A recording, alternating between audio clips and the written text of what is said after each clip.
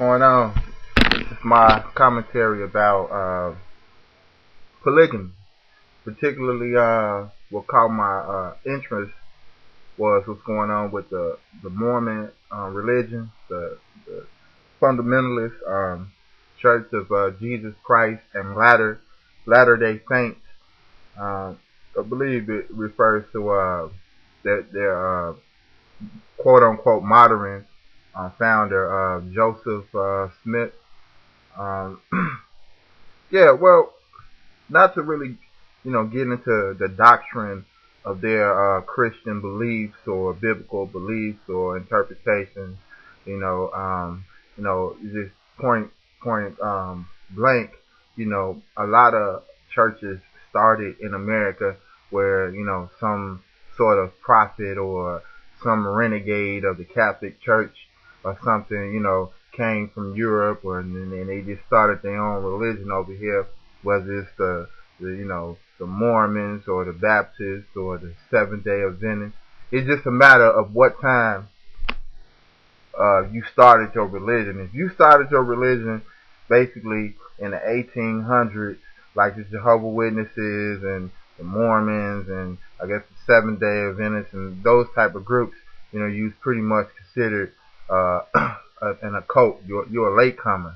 But had you done it, a couple hundred years before then, or maybe even 100 years before then, and you got aboard when all the other religions was taking off, you was pretty much, accepted as part of Christendom or whatever.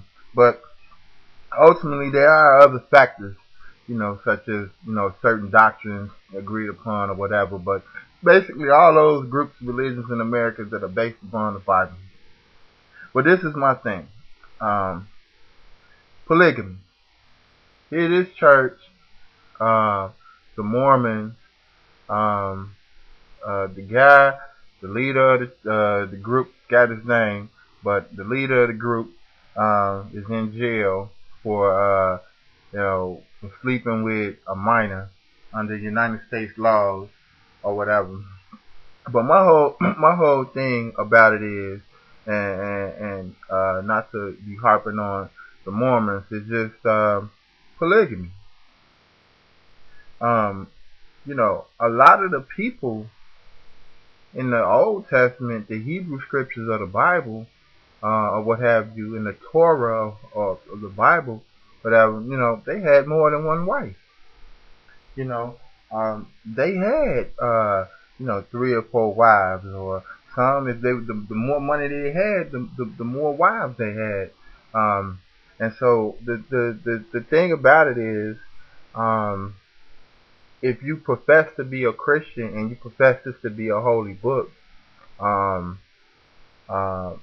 then it should be, to me, it seemed like it should be some understanding given to polygamy, that at one time it was considered okay. Actually, from a Christian point of view, incest or some form or some likeness of interpretation of it was once, because Adam and Eve, if you believe in the Genesis account of Adam and Eve, it was only them, and then they had sons and daughters that, what was that? But that's another issue. But it's just back to polygamy. It's just a point that, if these people once upon a time, was populating the earth, or whatever the reason may have been from a biblical point of view, they had more than one wife. These are like the people looked up to and to, they had more than one wife. I mean, the wisest man from a biblical point of view was King Solomon. And he had all kind of wives, and concubines, and, just hundreds of them, so, that in itself, and he was approved by God. He was blessed by God, so I don't know if how the women felt. Did they say just because he's king, or just because this person is one day going to be in the Bible, or just because this person has God's favor, it's okay for me to be a concubine or somebody's wife in a polygamous marriage? I don't know. They ever thought about what the women of the Bible thought? You know, among and these, they were married to people that had God's favor. How did those women feel? Did they say that, nah, I can't be married to him because one day America is gonna come, thousands of years from now, it's gonna be a country called America, and they're gonna say it's wrong.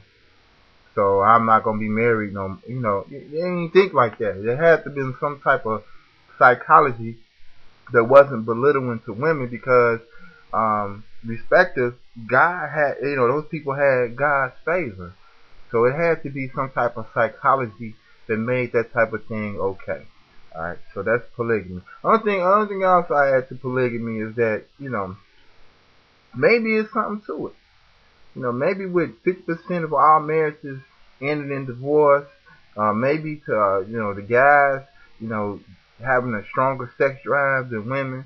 Maybe, it's just, when you really think about it, it'll put an end to a whole lot of cheating if you can just make her your wife.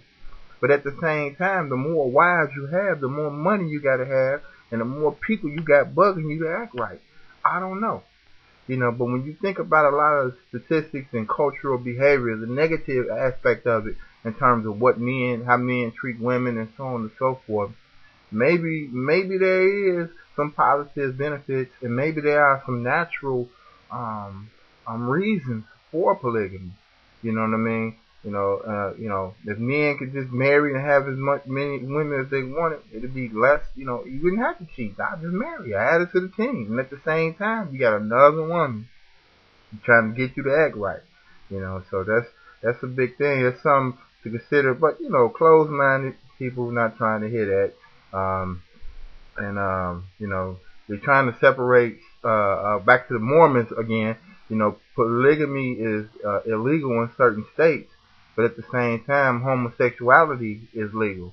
So, if it's going to be a true separation of church and state, if you're going to take religion out of the equation to make homosexuality legal, then take religion out of it and go ahead and make polygamy legal too.